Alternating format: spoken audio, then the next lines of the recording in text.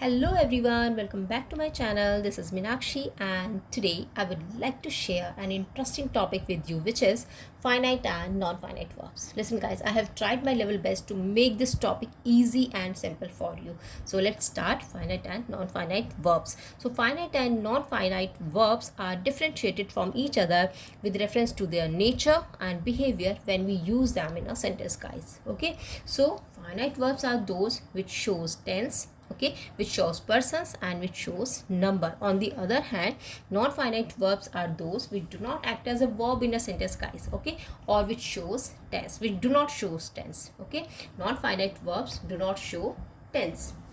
So let's take finite verbs first. Finite verbs, about finite verb we can say guys, every sentence needs a finite verb.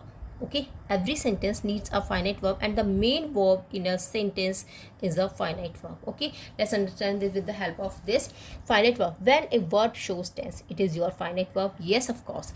It changes according to the subject. Yes, it changes according to the subject. A complete sentence has a finite verb. Yes, it is also. Now for example, with the help of these examples we will understand better. Tommy is angry and they are angry. Okay, I have said here changes according to the subject, so it changes according to the subject guys. Tommy is singular and here they is your plural. Okay, Tommy is singular, that's what Tommy is angry, so it is your finite verb here. Okay, is your finite verb because it is changes according to the subject.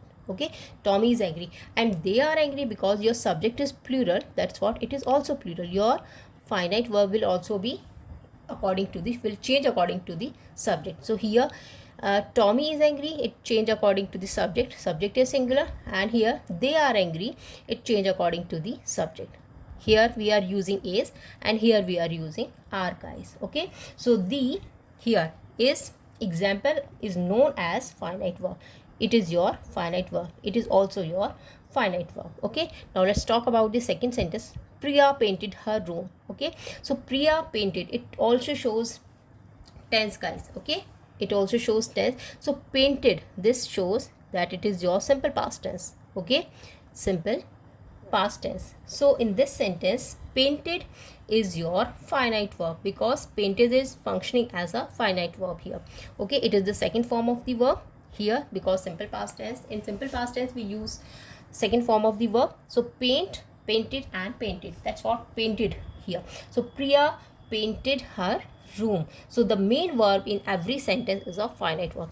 This is your main verb here, it is your main verb.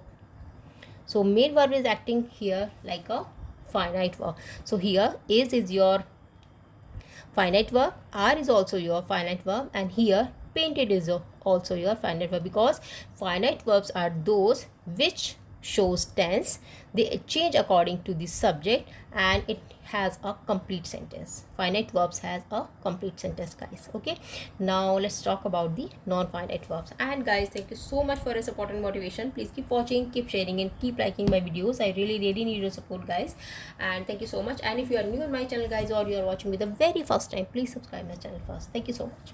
So let's talk about non-finite verbs. So non-finite verbs are those verbs which do not act as a verb in a sentence. Okay, we do not act as a verb in a sentence, or they shows tense. So when a verb does not show tense, it is your non-finite verb. Yes, it is. It acts like a verb in a sentence. Yes, of course. And it acts as an adjective or noun. Yes, it is like that.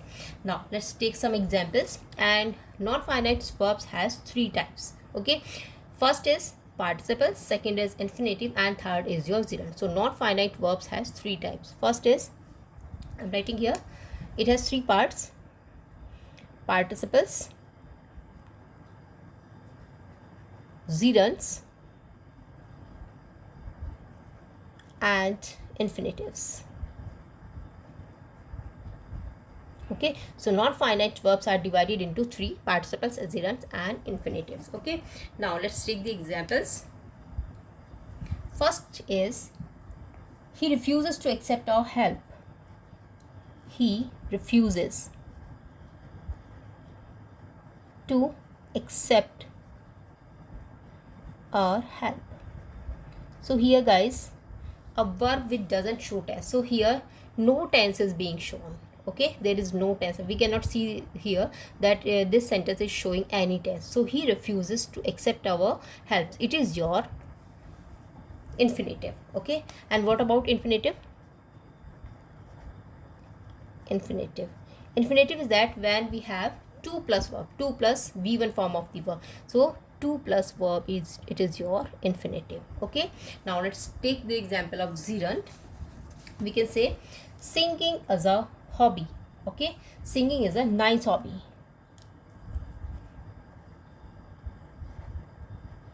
Singing is a nice hobby. Okay, it is the example of Ziran, guys. Okay, and third example is of participle.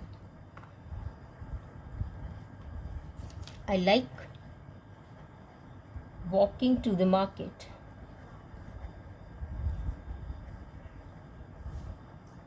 Walking to the market.